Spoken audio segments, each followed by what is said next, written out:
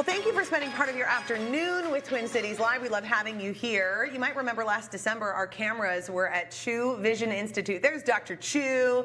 When Twin Cities Live regular guest, baking instructor Nancy Bergeson, she had cataract surgery on her left eye. She was over the moon, so happy. She's so glad she went through with it. Oh yeah, she couldn't stop talking about it. So Nancy's procedure sparked a lot of questions about cataracts from all of you out there and other vision problems you're facing. So we invited Dr. Chu to the studio for a segment we're calling, let's all say it together, you guys, Dr. Chu, what should I do? I love that. Do you like that? Was that a little over the top, or maybe next time we'll rein it in? Like, what would Chu do? That's good. Yeah, what would you do? We could get What would you bracelets. Our first question is about cataracts, Dr. Chu. We're delighted that you're here. I know you made a huge difference to Nancy, totally changed her life. Here's a question that folks want to know the answer to. I have cataracts and I wear reading glasses. Can I fix both problems at the same time? We want the short answer and then the long answer. Yeah, short answer is absolutely yes. Wow. And I think that's one of the most exciting things that's happened to cataract surgery over the last 25 years. It used to be a medical procedure. We take out the lens, replace it with a new implant. The implants have improved.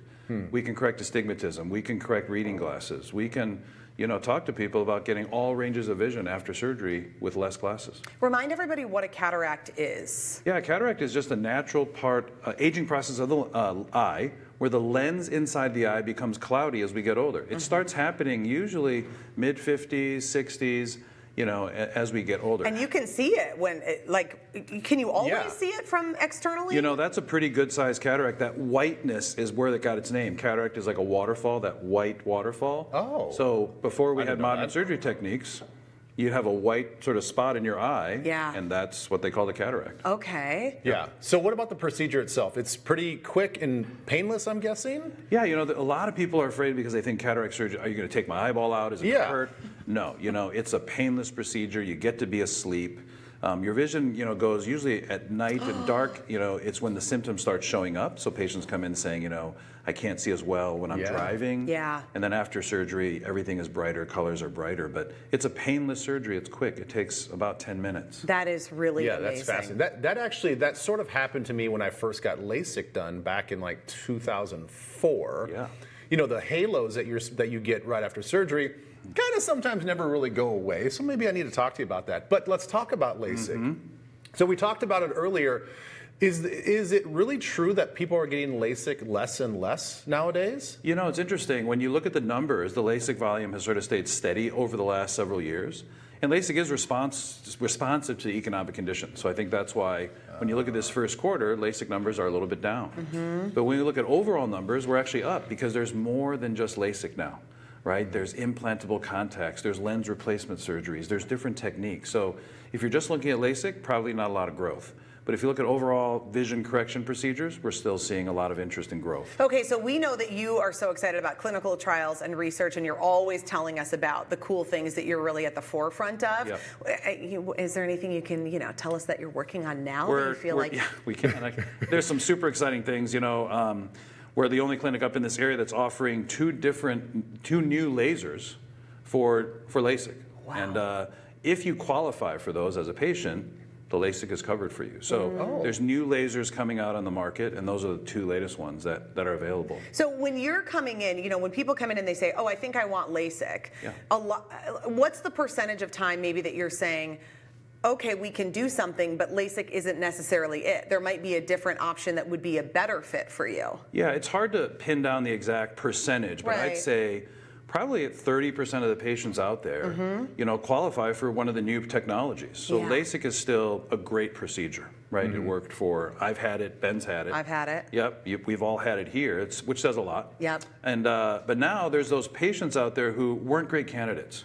Now they're candidates for implantable contact lenses. Yeah. Right? And so really exciting because there's more ways of saying yes for patients. And I think it's also more important to be able to say no. So yeah. And that's an example that our very own Kristen Habrick met with you, Dr. Chu, and she had heard no before, and she has really struggled with her vision. And she'll tell you, I mean, she has to wear these Coke bottle glasses. She is planning to have this surgery soon. This alternative to LASIK is called ICL. So Tell us what, and Kristen she's okay with us sharing this. Tell us what was the issue with Kristen where she maybe wasn't a great candidate for LASIK, and then how is this new procedure a better fit for her? Yeah, so there's patients out there with very high degrees of nearsightedness, right? So if you want numbers, if somebody is like a 6, 7, 8, or even over a 10, they're not a great candidate for LASIK because their corneas might be too thin. That's the very technical way. But this ICL stands for implantable contact lens. We literally place a contact lens inside the eye, and the patient doesn't feel it. They don't have to take it out. They don't see it. It just stays inside the eye and helps refocus the light. So the recovery is nearly instantaneous. Wow. There's no pain.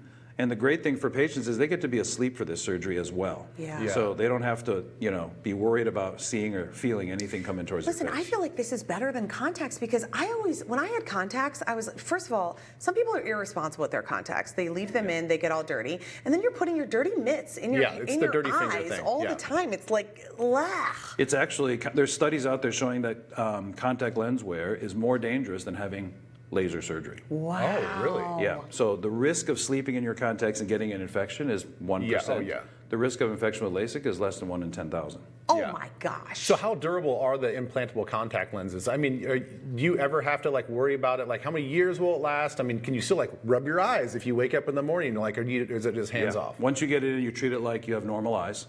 And it's just really important to get the right evaluation. But if it's the right thing for you, it should outlast us. I started putting these in 25 years ago. I was the first surgeon in Minnesota. So I can personally say I have 25 years experience watching these patients, and they're doing great, even 25 years later. I love hearing that because I feel like there are people watching who are like, well, I was told my corneas are too thin. What a struggle. So now you can get it fixed. Absolutely. Yep. Yeah. There's good options. Good stuff. Good job. Yeah. Dr. Chu, we love you. Very great. We love you guys. And Dr. Chu rhymes with so many things, so we can always be like, what would you do? It's so good. If you would like to schedule a consultation with Dr. Chu and the team at Chu Vision Institute, you can call them right there at the number on your screen. We're also going to post that on TwinCitiesLive.com.